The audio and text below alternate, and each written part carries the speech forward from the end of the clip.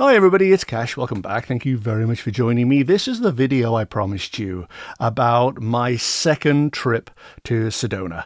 I went on a retreat there because it's a mystical place. There are vortexes of energy where people go for healing and other people see UFOs there and stuff. Sedona is a magical place on sacred land. There's lots of opportunity for personal development and healing and discoveries and so on. The first two videos I did about Sedona are up on the channel. I'll put links to them down below. After I put out the initial video, which was in 2022, a woman, a viewer of the channel, actually wrote to me called Annie Bond. She is a healer. She said, "Oh, well, I am going to Sedona on a retreat, and I've written a book about this. Would you like to read it?" So she sent me the rough version of it, Awakening Prana, but it was very much in development.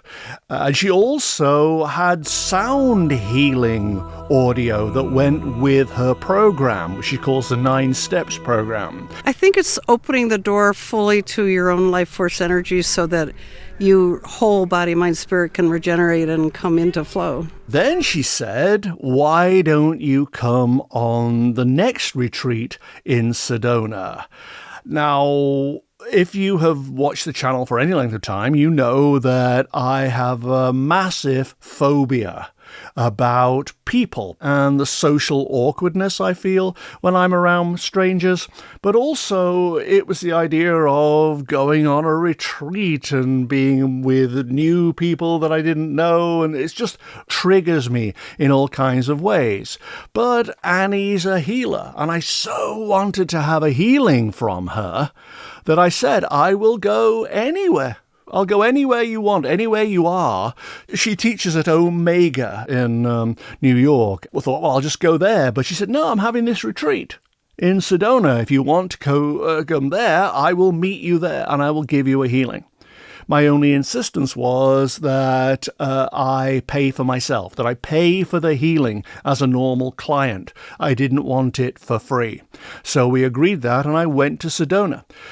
I did energy pictures for this book, and initially I got a kind of glow around it, which is good. That's positive. But also it was like, you know those old box files where you could open them and all the papers would spill out? Imagine one of those box files filled with sugar. So you stand it on its end, you open the box file, and all the sugar spills out onto the table. You can put your finger in it and lick up the sugar bit by bit because it's sweet and it's very tasty and so on. That's what the energy for this book was. It's all about healing the inner vortexes of the body, the chakras. Actually, the centerpiece of the whole 9-step practice is breaking down the density that we have because of all our suffering and the traumas that we experience on the planet, that the whole process is to remove that density that's blocking our connection to the flow of Source. It really enticed me into going on this retreat and overcoming my issues with it. It helped that I got to stay in a lovely little, what I call my leprechaun lodge. This is my little leprechaun house. It's pygmy-sized. It's like a doll's house. But so great. Apparently the energy over this bed is better, more beneficial, stronger than the energy over this bed. Apparently there are vortices in this room, in this little house. So this is the bed I'm going to be sleeping in. I mean, this is heavenly. I would put in a bid for this little leprechaun house if I could. But it's in somebody's yard. But I couldn't be more grateful right now. This is the best thing ever. Not only was it magical and compact and intimate and lovely, right outside the door I had the energy of a roaring river. Look at that, how beautiful it is. And because Sedona's this kind of place, just up the street lived a woman who has an enneagram and a labyrinth in her backyard. She'd made them herself. I knew nothing about Enneagrams and strictly don't even now, but basically the stones are numbered around the outside, and once you find out what your final Enneagram number is, that helps delineate your personality. And it can apparently be very, very accurate. I'm not absolutely sure about that, but I could test the energy of the Enneagram. And it was really fascinating, actually. There is apparently a lot of energy in this Enneagram. Okay, now let's just do the whole Enneagram and see what happens. It's like there's a wigwam. Do they still have wigwams? I don't know, but it's like there's a wigwam of sticks that meet in the middle. They're all of different lengths though, but they all are mutually supportive. So you take one away and it's a bit like kaplunk, the whole thing falls down. It's all integrated.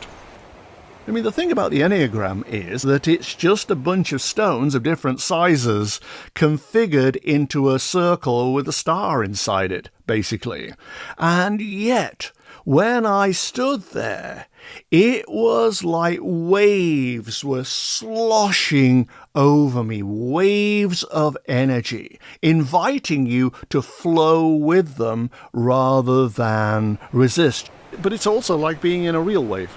If you stand in the way of a real wave, it kind of hits you slightly and then goes around you or knocks you over. Yeah, this is actually quite powerful, I think. Right next door was a labyrinth, and you walk around it slowly, contemplatively, with intention and setting an intention until you reach the center. I'm opening myself up to receive what I need. This seems to be about affirming in your head what your needs are, but not necessarily at a mortal level, at a soul level, and aligning with the needs of your soul, and shedding anything that isn't authentic.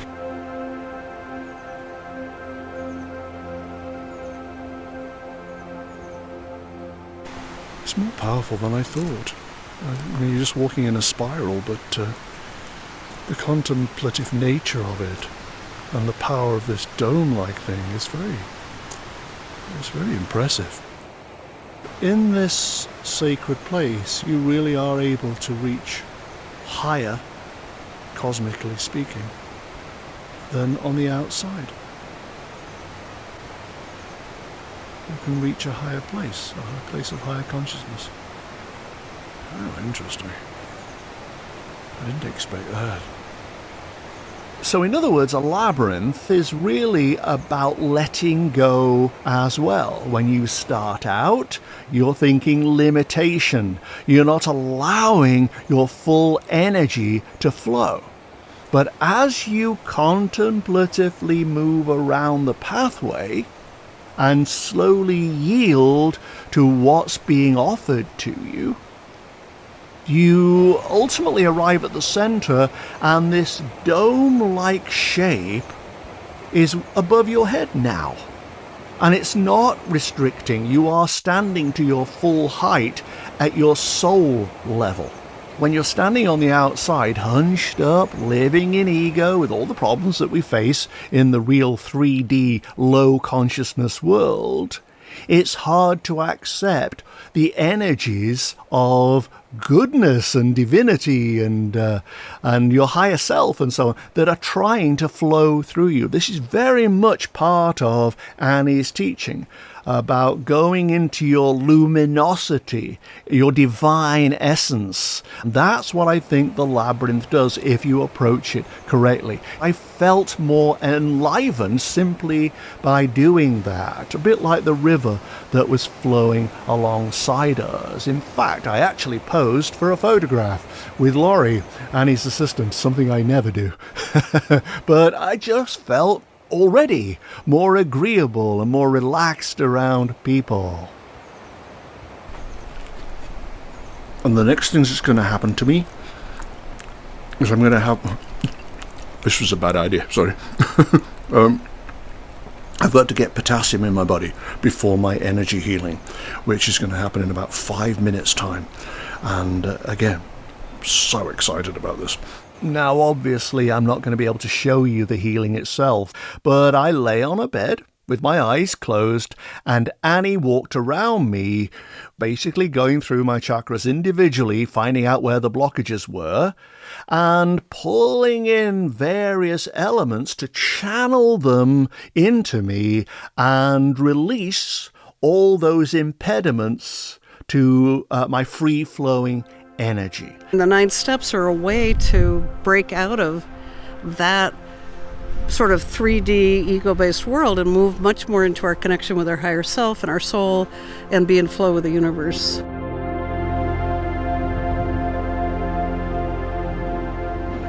I don't know what her secret is. I don't know what her connection is. But she went in the way a brain surgeon goes into your childhood pain, into the traumas trapped within your body, into the fears that stop you becoming who you really could be. And she works on removing it. It's the beginning of a process. This is going to continue for 2-3 weeks, apparently. So I have no idea how this will pan out, but right now I feel as though I've had emotional surgery. But of course, the retreat hadn't started yet. That would take place at a retreat centre outside of Sedona called the Ancient Springs Retreat Centre, run by these lovely people on sacred Native American land. It's secluded and it's quiet. This is the room where the action happens when they start the retreat. They have like a circle of people and ceremonies and all kinds of different things in here.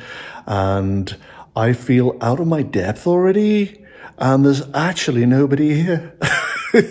Already I'm nervous, but they do seem like a lovely group. Hopefully I'll get through this and I won't be too nervous, but at least they're nice and they're accommodating and lovely. It's a safe space for emotional expression, under Annie's supervision, of course. At the bottom of this path, there is some kind of tribal ceremonial tree or something like that, which is supposed to be magical or have certain powers to it, and is considered sacred around here. It's like a Native American sacred. I think I'm going to fall through a hole. And so I thought I would just test the energy of it, because there's going to be a little ceremony around here this afternoon with the group. But I thought before the group arrived, I would sneak in for a quick grope of the tree to see whether it actually has any deep sacred properties. Here's the tree. This is it. It's very grand and big, and they've got lots of things hanging from it. So let's see what happens when I touch the tree. You know when an elephant goes to a watering hole and sticks its trunk in the water and sucks the water up? It's like that. It goes really deep. In terms of energy, I don't know about the roots or anything, it goes really deep. This is taking energy from deep, and splaying it out, throwing it around the place, like streamers. So yeah, there may be some justification to them treating this as a ceremonial tree. Somewhere else I found a daffodil, and I thought, I wonder what the energy of a daffodil is. When I touch a daffodil, it's rather like one of those light bulbs that is a sort of spirally type thing. It's radiating energy, but not very far, about that far. It radiates energy outwards, and it just keeps on going. Like it's calling, it's sending out a message, like a vibration or something, round and round and round and round. At the retreat, one of the greatest things about it was the kitchen. The chefs at the kitchen are remarkable. They have an almost cosmic passion about creating pure food. We're really focused on organic, local, biodynamic, or regenerative if we can. So we're giving you the highest quality standard nutrients that you can possibly have this week. We really just want to nourish your body, your soul, and this whole experience. At some point they found out that I had massive food sensitivities, and without my even asking, they made me special scones. Really, that was the highlight of the trip, actually, getting my special scones. I love that. One of the most significant things for me was that Annie, as part of the course, plays music that she has channeled herself. Somebody else plays it, but it's channeled music. She started playing a track called Elements. And what I saw was one of those machines that they have on tennis courts when people are just practicing with themselves, and it was firing out balls of energy into the room rapidly. The balls flew round and round and round the room. And then they oscillated into a triangular shape above the group. And what that told me was that this group, who'd just come back from lunch, they'd been chit-chatting, they'd been to the restroom, they'd walked around, done all kinds of different things. They come back to the retreat room, and this music was unifying them. It took all their disparate energies and unified them into a single triangular shape. A third element of the retreat is venturing out into the mountains around Sedona, the sacred land, and experiencing firsthand the vortexes, the vortices of energy there, which can be very, very powerful indeed. There are so many vortexes that you can visit. There's Cathedral Rock, there's Bell Rock, Kachinga Woman, and so on. And each one helps you in a particular way to meet yourself on the inside, to release pent-up energies that want to flow through you, but often can't because we are so grounded in our wounds and so on. There's the opportunity with this for your heart to finally crack open and to your own self, and that's what happened to me. I'll never forget when my heart sort of cracked open and the tears went down my face, and I was like, I don't know where I've been, but I came home. And so once you come home, then it's like, wow, power me through all this suffering and low density. I want to get it out of the way because I know what it feels like to be to more open to my own self and who I really am, my authenticity. A lot of these vortexes are very different in that some, like the one we're at right now, is the divine feminine. It's the Kachina Woman vortex, and the divine feminine energy is so sweet and beautiful. People can sort of identify with the energy for the first time. Maybe they never felt it before. I remember last year taking somebody to the Courthouse Butte, which is a beautifully powerful divine male energy, and this woman, she's here this year, cracked open. She had never felt healed male energy in her life. She suddenly felt it. She worked with it. She looks like a completely different human being this year because she has opened to healed male energy for the divine male, the divine masculine, for the first time in her life. And so it's a life-changing moment for her because it's so extreme here. I began to feel the effects of Annie's healing almost immediately. Now, you might say it's just psychosomatic. It's just the power of suggestion. Maybe. But when I got home and began to interact with people in the regular way, my friends started saying, please shut up. Please stop talking. Apparently, it was really, really noticeable that I wasn't as reticent. You're not afraid. You're open-hearted and you're embracing this love from everybody, and you're not like in the corner. I mean, it's just absolutely wonderful. It's totally charmed everybody here. There's absolutely no question about it. I mean, everybody has loved having you, and you've added so much radiance to the whole group, and and you're very open-hearted about trying to understand the process of healing and respect for the process of healing, and everybody feels that, and that makes a really big difference. Oh, come here, you. I never hug people, but you get one now.